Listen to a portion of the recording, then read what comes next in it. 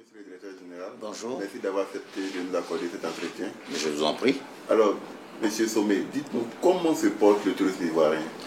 Écoutez, je pense que depuis 4 ans que je suis à la tête de l'Office national du tourisme, qui est Côte d'Ivoire Tourisme, nous avons un regard, je dirais plutôt un regard heureux de voir que la situation du tourisme en Côte d'Ivoire progresse d'année en année.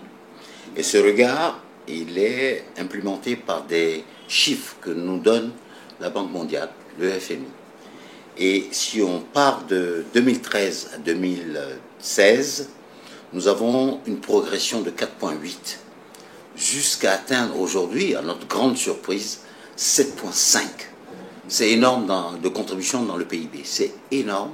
Et je pense que les Ivoiriens doivent savoir qu'aujourd'hui, c'est devenu un des piliers. Et que simplement, il va falloir maintenant développer, pousser les actions sur le niveau des infrastructures en Côte d'Ivoire. Le week-end prochain, le Salon international du tourisme d'Abidjan ouvre ses portes. Monsieur le commissaire général, quel est le thème choisi cette année et quelles sont les motivations? Nous avons regardé un peu l'environnement mondial, parce que les thèmes ne se choisissent pas comme ça du jour au lendemain.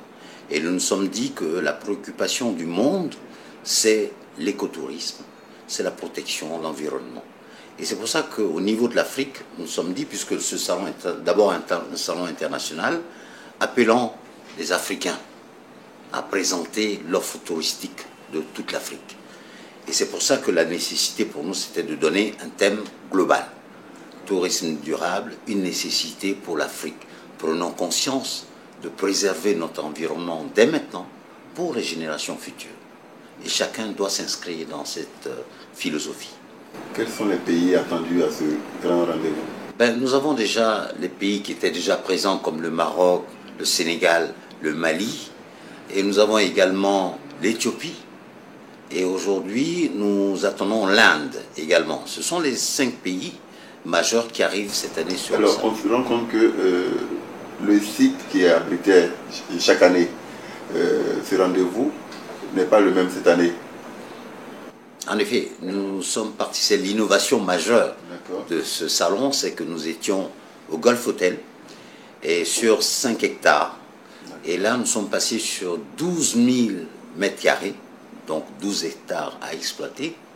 Et parce que le site a pris de l'importance. Le salon, c'est pour du business. Donc il faut que les gens soient vraiment dans un endroit adéquat pour pouvoir présenter leur offre, faire du business, faire des B2B, faire de la formation.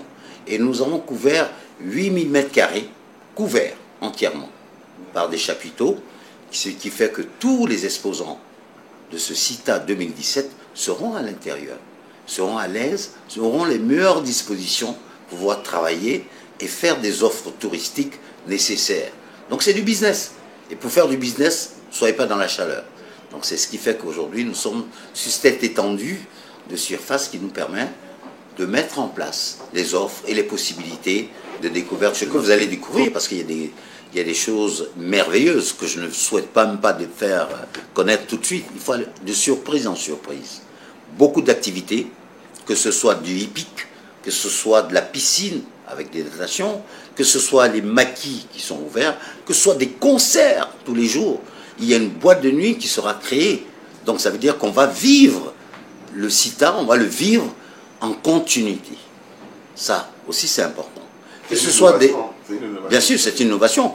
Que maintenant vous allez pouvoir avoir des jeux vidéo où il y a un concours à l'intérieur pour une valeur de 1 million pour le gagnant. Donc ça aussi c'est important. Que vous allez pouvoir rencontrer des gens qui sont là pour vous former, qui viennent un peu de partout dans le monde avec des B2B et surtout pour les agences qui ne savent pas encore mettre en place les produits pour séduire l'extérieur. Et donc c'est ce que nous avons appelé la formation à l'intérieur des agences de voyage. Et puis vous avez un village africain qui est construit. Et puis vous avez une biosphère où effectivement tout ce qui est en voie de disparition dans la nature est recréé au CITA pour vous permettre de protéger au mieux la nature. Et j'espère qu'on aura plaisir à partager 4 jours essentiels, de forte attractivité sur ce site qui est merveilleux. Qu'est-ce que vous voulez que nos internautes retiennent de cet entretien?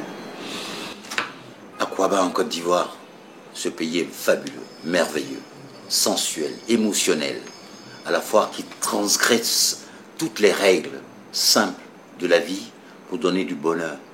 L'Ivoirien doit avoir ce bonheur à l'esprit, parce que nous sommes le plus beau pays au monde. Et ça, Dieu nous l'a donné.